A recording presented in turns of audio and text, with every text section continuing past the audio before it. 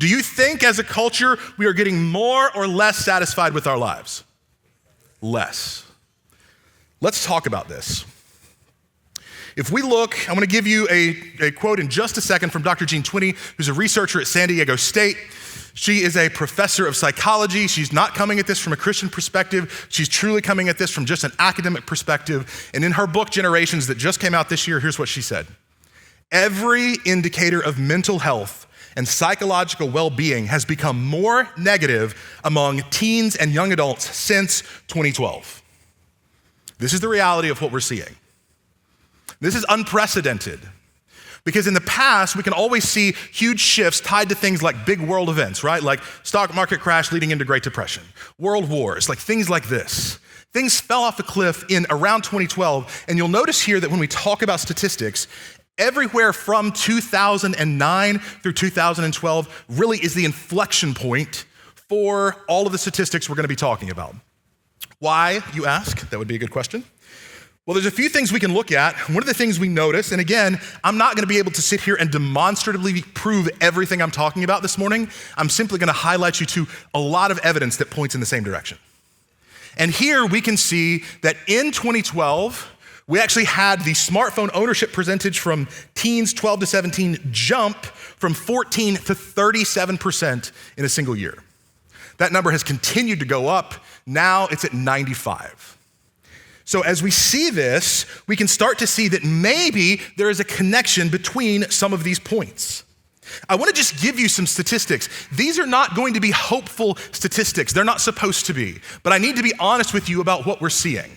So there is a study. I'm not even going to give you the acronyms because it's like 8 letters long. It would take a long time just to go through it. But basically what they do is if you actually go into the hospital and you have some sort of an injury and it's your first time in the hospital, they track kind of what the root cause of this is. And here's what we have seen, right? So I'm going to give you the statistic. It says there was a something, which we'll talk about in a second, % increase in non-fatal self-harm incidents.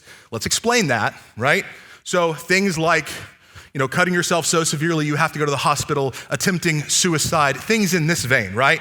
You didn't die from it, but you injured yourself enough that you actually needed to go to the hospital, right?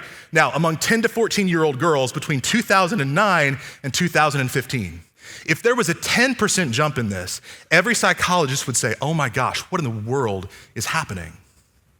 But it wasn't 10, it was 189. If we go on from there, because one of the reasons I bring this up is because you'll have people say things like, well, more people are just talking about mental health. That's why there's all of this decrease in life satisfaction. But when we look at behavior says otherwise. If we look again, if we look between 2000 to 2007, the suicide rates between 10 to 24-year-olds was stable. Didn't change much at all. Between 2007 and 2017, it increased by 57%. From 2007 to 2016, the suicide rate for girls 10 to 14 grew by 12.7% per year. For boys, it increased 7.1% per year. Now, you might look at this and say, why? Why is this happening? I hope that's the question all of us want to ask. But before we do that, I want to say this. Being a parent, and I hope this is self-evident, but we cannot be indifferent to not only the mental health of our children, but the mental health of this generation. Number one, let's just be honest, and we're gonna talk about this in a minute. You'll see some of the link to technology. They didn't create any of these platforms that are leading to some of these challenges, right? My generation did. And in many cases, they were given devices without many instructions on what they should do and how to protect from these things from happening.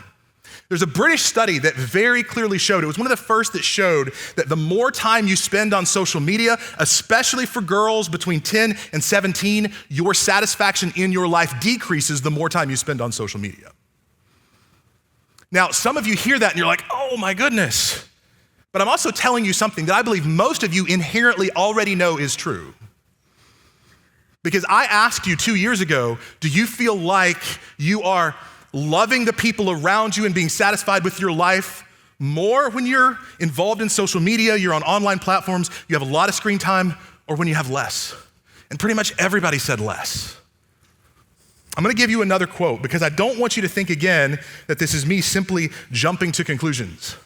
So if we look here, it says, when I came to this work, I knew that mental health was an important issue, but to be honest, I thought of it as just one more outcome to study in our social media agenda.